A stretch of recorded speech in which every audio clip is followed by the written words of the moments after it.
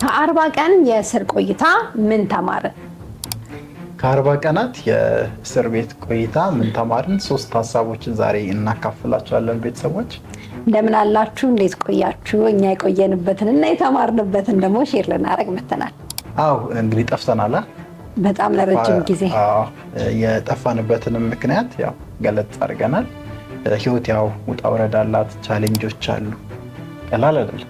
በተለይ ወደ ከፍታው ስትሄድ ከዚህ በፊትም በብዙ ቤተሰቦች አውርተናል እኮ ህይወት ላይፍ ኢዝ ፉል ኦፍ ቻሌንጅ። እኔ ሁሌ ተምሶች ላይ ያካፍላለሁ፣ ግን ፐርሰናሊቲው ያስፈልግሻል ያን ቻሌንጅ የምትወጪበትና እኛም እንግዲህ በተወሰነ መልኩ ተጠርጥረናል። ተጠርጥረን ሜክሲኮ ያለ ፌደራል ቫኬሽን ሄደን ነበር። እኛ ቫኬሽን ነው የምንለው፣ የእስር ቆይታ እንለውም። ቫኬሽን ላይ ነበር የቆየ ነው። ግን ብዙ ነገሮች ተምረናል። እስር በጣም ብዙ የሚያስተምራቸው ነገሮች አሉ። ከነዛ ውስጥ አንዳንድ ሀሳቦችን እናካፍላችኋለን። እናንተም እንደው ኤክስፒሪየንሱ ካላችሁ ከእስር ጋር የተገናኘ ታጫውቱናላችሁ። ደግሞ እንዴት ነበር ቫኬሽን? ቫኬሽን መጀመሪያ አስደንጋጭ ነበር። በህይወት ብዙ ነገር ያጋጥመኛል ብዬ አስባለሁ፣ ግን ይሄኛውን ከጠበቅኩት ውጪ ነበር። ድንግጥ የሚያደርግ ነው። በጣም ነበር የደነገጥኩት። በጣም ሾክ የሚያደርግ ስፔሻሊ አንዳንድ ነገሮች ሳታስቡ ከሆነ ወደ ህይወት የሚመጡት በጣም ነው የምትደነግጡት። ፍርሃቱ አለ ምናምን እና እኔም በጣም ቻሌንጂንግ የሆነ ጊዜ ነው ያሳለፍኩት። በጣም ደንግጠን ነበር። ያ ሁለታችንም ላይ ነው አፕል ያደረገው። ቢሮ ባለንበት ነው የተፈጠረው። ቀጥታ ከቢሮ ነው ተወስደን ሄድ ነው ምናምን። እኛ ደግሞ ምንም እንደዚህ ከወንጀል ጋር ምናምን የሚገናኝ ነገር አንሰራም፣ ንጹህ እንደሆነ ነው የምናውቀው፣ ግን ተጠርጥረናል በሚል ነው እና አሁን ልክ ከሄድን በኋላ ሌሊት በቃ አልተኛሁም። ሊትራሊ ማለት ነው። የመጀመሪያዎቹ ሌሊቶች አልተኛሁም እና በቃ ሁሉንም እዛ የነበሩትን ልጆች ራሱ በቃ ጌታ ሆይ ህልም ነው በለኝ እያልኩ ነበር፣ የእውነት ማለት ነው። እና ስነቃ በቃ ከህልሜ እሄዳለሁኝ፣ በቃ ህልም ነው በለኝ እያልኩ ነበርና ስትነቂ እንዳትረሽ ምናምን እያለኝ በጣም ስቀልድ ነበረ። ናይስ። ግን ከዚህ ቆይታችን ያው እንደ ተሞክሮ ተምረን የወጣናቸው ነገሮች አሉ። እነሱን አጠር አድርገን እናጫወታችሁ። የመጀመሪያው ከቫኬሽን ከእስር ቆይታችን የተማርነው ግሬትፉል መሆንና ማመስገን። ላይፍ በጣም ከባድ ነች የእውነት። አንዳንዴ በቃ ሰዎች በደንብ እንድታተኩሩም ሪኮመንድ አደርጋችኋለሁ። በህይወት እጃችሁ ላይ ያለው ነገር በቃ ምንም መስሏችሁ አይታይም። አሁን ሪሊ ነው የምላችሁ።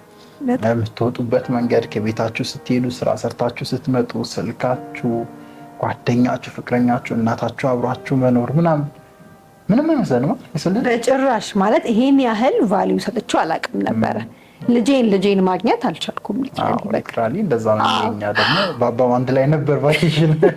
ለመጀመሪያዎቹ ጊዜያቶች በቃ ልጄን ማግኘት ወጥቶ ማግኘት በጣም ትልቅ ነገር እስኪሆን ድረስ ላይክ ውስጥ ደግሞ ከገባ በኋላ ደግሞ ከመጀመሪያው ቀጠሮ በኋላ ውስጥ ገብቶልኝ ነበርና ውስጥ ደግሞ ከገባ በኋላ ደግሞ ለልጄ ብስኩት መግዛት አልቻልኩም። ቻሌንጅ ቢግ ዲል ነው በጣም። እና እነዚህ ነገሮች መጀመሪያ ኖርማሊ ስትኖሩ ምንም አይመስሏችሁም፣ እንደ ተራ ነገር የምታደርጉ። እኔ በተለይ ማረሳው የሆነ ጊዜ ፍርድ ቤት እየሄድን በቃ መንገድ ላይ ሰው ወክ እያደረገ ምናምን ሲያይ ወይኔ ፈጣሪ ወይ እንዲህ እኮ ወክ አደረግ ነበር፣ ይቅር በለኝ፣ አላመሰግንኩም፣ በእውነት ቴንኪው አላልኩም፣ ስንት ነገሮች ተሰጥተውኝ ምናምን የሚለውን ነገር አሳይቶኛል በጣም።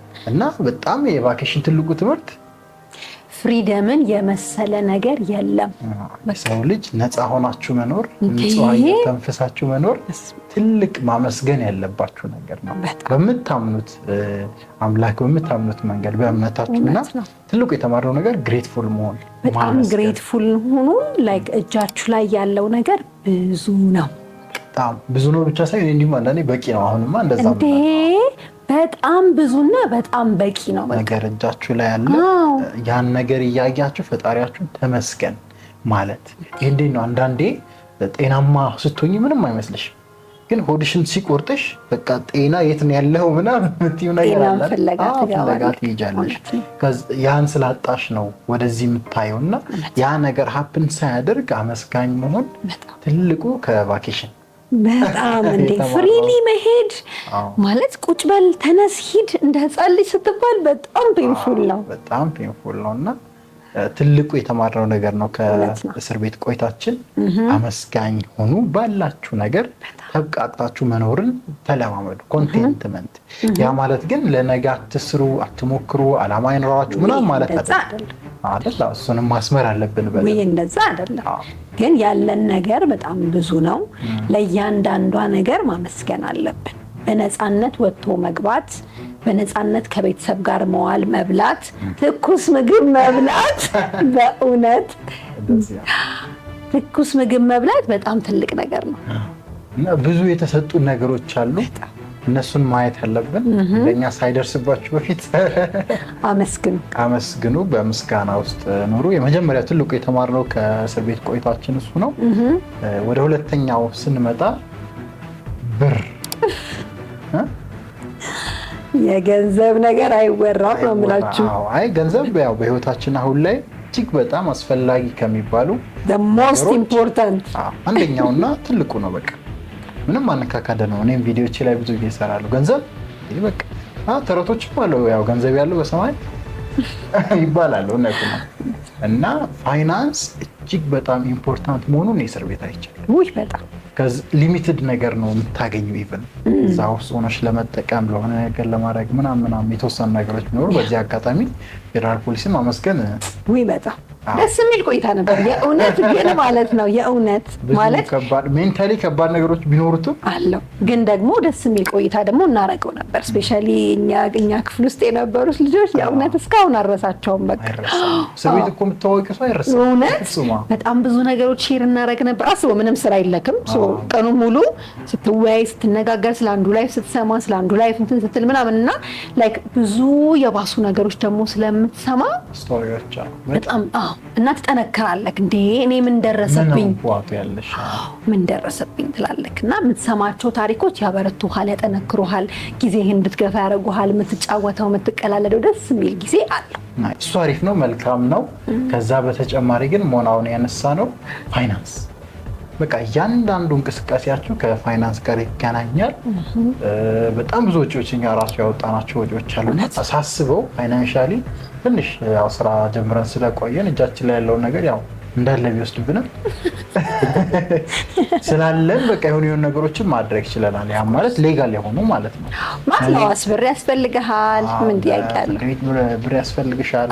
ለዋስ ብር ያስፈልግሃል። ከዛ ደግሞ ለጠበቃ ብር ያስፈልግሃል። በየቀኑ ደግሞ ያው ሻይ ቡና ምናምን ከውጪ ነው፣ ምግቦች አሉ ምናምን እና እነዚህ ወጪዎች ግዴታ በቃ ደግሞ ሳትሰሪ ስራ እየሰራሽ አይደለም፣ ገቢ እያገኘሽ አይደለም። በዚህ ሁኔታ ውስጥ ፋይናንስ ከሌለሽ በጣም የምትቸገሪበት ነገር ነውና ፋይናንስ እጅግ በጣም አስፈላጊ ነገር በህይወት መሆኑን አስተምሮናል። ስቲል እናውቀዋለን፣ ግን ሞር ደግሞ ትኩረት ትሰጣላችሁ። እንዲህ አይነት ነገር ሀብትን ሲያደርግ ትኩረት ትሰጣላችሁ ሞርና ያኔ በደንብ አይችበታለሁ። በጣም ገንዘብ በጣም አስፈላጊ ነገር ነው። ለዚህ ገንዘብ ላይ ጠንከር አድርጋችሁ ስሩ። ሌጋል ህጋዊ በሆነ መንገድ ገንዘብ የምታገኙበትን መንገድ ማሰስ መስራት መጣር ነው፣ ግድ ነው። በሶስተኛነት ደግሞ ከእስር ቤት ከ40 ቀን እስር ቤት ቆይታ የተማርነው ወዳጅና ጠላታችሁን የምትለዩበት ቦታ ነው። ሰው ጥሩም ነው መጥፎም ደግሞ ነው። በአመዛኙ ግን የሰውን ክፋት በጣም የሰውን ክፋት የምታይበት ቦታ ነው። በተለይ እያንዳንዱ ሰው ስቶሪን ስትሰሚ በቃ ለእያንዳንዱ ሰው እዛ መገኘት እዛ ቦታ መገኘት ምክንያት የሆኑ ሰዎች አሉ። የኛም እንደዛ ነው። በነገራችን ቅርብ የምንለው ሰው ነው እንደዚህ አይነት ይሰሩ ይመስለኛል በሚል ነው ተጠርጥረን የገባ ነውና የሰው ልጅን ክፋት ውስጥ ሆናችሁ ማን ወዳጃችሁ እንደሆነ ማን ጠላታችሁ እንደሆነ በዛ ክፉ ጊዜ ውስጥ ማን አጠገባችሁ እንደሚመጣና ይሄ ጓደኛ የምትሉት የቅርብ ሰው የምትሉት ሁላ ካዲ እንደሆናል በጣም ቅርብ የምንላቸው በቃ ይደርሱልኛል የምንላቸው ሰዎች የደረሱልን ሰዎች አሉ። በጣም የቅርብ የሆኑ ያግዙናል ብለን ያሰብናቸው ሰዎች ደግሞ በተቃራኒ የሆነው ደግሞ አግኝተናቸዋል። እና በአብዛኛው የሰው ልጅን ክፋት ጥግ የምታይበት ነውና ብዙ ስቶሪዎች አሉ። ከዚህ በኋላ በቀጣይ ክፍል ማንወጣ የመሰላቸው ሰዎች አሉ። ሊትራሊ ማለት ነው ማንወጣ የመሰላቸው ላይክ እኛ ላይ ውድቀታችን ላይ በቃ ድንጋይ እየወረወሩ የባሰ ሊጥሉን የነበሩ ሰዎች እየሞከሩ የነበሩ ሰዎች አሉና ላይፍ ኢዝ ሃርድ that's so painful በጣም ማለት ነው። painful በተለይ የምታምኚው ሰው ከድቶ ጠላት ሲሆን አንተ በጣም ያሜል እንዴ እና ደግሞ ውስጥ ሆነ ነው እኮ የሚያናድደው በጣም ማለት ውጪ ሆነ ማድረግ የምችለው ነገር ሲኖር እኮ ችግር የለውም። እዛ ግን በቃ የሆነ አካል አለ አንተን ኮንትሮል እያደረገ አለ። ማውጣታችንም መደወላችንም እገዛ ማግኘታችንም ምናምን ብዙ ነገሮችን ማድረግ በማችልበት ሁኔታ ውስጥ ሰው አድቫንቴጅ ሲወስድብክ በጣም ያናድዳል። የሰው ልጅ ክፋት ግን ጋይስ በጣም ጥግ ደርሷል። ወይ በጣም ኤኒዌይ በቃ ወዳጅና ጠላታችሁን እስር ቤት ይነግራችኋል። ሪሊ በጣም ብዙ ነገር ነው የምትማሩበት የምር እና ከራሳችሁ ህይወት ብቻ ሳይሆን እዛ ውስጥ ካሉ ብዙ ሰዎች አሉ፣ ትላልቅ ሰዎች፣ ባለስልጣናት አሉ፣ በጣም ተማሪዎች ይበናሉ ምናምንና ስቶሪዎቹን ራሱ ስትሰሙ የምትማሩት የሰው ልጅ ክፋትና አንዳንዱ ደግሞ በሌላ መልኩ ደግሞ ምን ያህል የሰው ልጅ መስዋዕትነት ከፍሎ እስከ ጥግ እናንተን ለማገዝ እንደሚመጣ የምታዩበት ብዙ አጋጣሚዎች አሉና ሰውነትን በደንብ ተምረንበታል። ሰው ማለት ምንድነው? የሰው ልጅ ክፋት ምን ያህል ድረስ ይደርሳል? መልካም መሆን እስካሰበ ሰው ልጅ ስኬት መምጣት ይችላል የሚለውን አይተንበታል። ብቻ ዛሬ ባጭሩ ነው 3 ነገሮች ያነሳ ነው። በቀጣይ በሰፊው እንመጣበታለን። ያው አልተረጋጋንም በዚህ አጋጣሚ ትንሽ ጊዜ ስለሆነ ከወጣ ዋስ ነው የወጣ ነው። ፈጣሪ ይመስገን። እቺን ንጹህ አየር እየተነፈሱ ይሄን ቪዲዮ መስራት ቀላል አይደለም። ውይ በጣም አመሰግናለሁ እንኳን ቪዲዮ ሲሰራና ግሬትፉል ሆኑ ቤተሰቦች። እውነቴን ነው የምላችሁ እንደ ሊቃውንት ልንገራችሁ፣ አመስጋኝ ሆኑ ባላችሁ ነገር። በቃ የምትተነፍሱት አየር፣ የምትወጡበት የምትገቡበት መንገድ፣ ጤናችሁ፣ እጃችሁ ላይ ያለው ገንዘብ፣ በረከታችሁ፣ እናታችሁ፣ እህታችሁ ኤቭሪቲንግ በቃ አሞኩ ሐኪም ቤት መሄድ አልችልም። በእውነት በጣም ከባድ ነው። እቅድ ተይዞ ነው ሐኪም ቤት የምትሄደው። ኢትስ ቬሪ ሃርድ እውነት።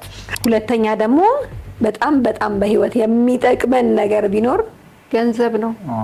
ገንዘብን በተቻላችሁ አቅም በሊጋል በሆነ ህጋዊ በሆነ መንገድ ሰርታችሁ ለፍታችሁ መያዝ አለባችሁ። ዲጂታል ቴክኖሎጂዎችን መጠቀም በጣም መሆን ያስፈልጋል። እሱን መያዝ በጣም አስፈላጊ ነው። እሱን ተምረንበታል። በሶስተኛ መልኩ ደግሞ ሰውን አይተንበታል። ክፋትንም ደግነትንም ለይተንበታል። ለዚህ ነገሮች ተምረናል። በአጭሩ ነው የዳሰስናቸው። በዚህ አጋጣሚ ለኢትዮጵያ ፌዴራል ፖሊስ ምስጋናችንን እናቀርባለን። በጣም ብዙ ነገሮች ከጠበቅነው በላይ ነበር። ላይክ ጥበቃው፣ ንጽህናው ብዙ ነገሮች እና በዛ ይሄን ማመስገን ፈልጋለሁ ነው በጣም የነበረው አቀባበል፣ ትሪትመንቱ ምናምን ኤቭሪቲንግ ውስጥ በተለይ የነበረው እንደ ፋሚሊ ነበር ትሪት የሚያደርጉት ምናምንና ላይክ እዛ ውስጥም የነበራችሁ ደግሞ የወጣችሁም እዛ ውስጥም ያላችሁ አሁንም በጣም ለነበረን ጥሩ ጊዜ እናመሰግናለን፣ ማመስገን እንፈልጋለን። ይሄኛውን ክፍል 1 እንበል በቃ ቀጣይ በሌላ ቪዲዮ አስተማሪ ቪዲዮ ምን እንደተማርን ሐሳቦች ይዘን እንመጣለን። የጠፋንበትን ምክንያት ግን አሳውቀናል። ከዚህ በኋላ አንጠፋም። ፈጣሪ ሁላችንንም በሰላም በጤና ያኑረን፣ ኢትዮጵያችንን ይጠብቅልን። አሜን። በቀጣይ ቪዲዮ እስክንገናኝ ቻው። እናመሰግናለን።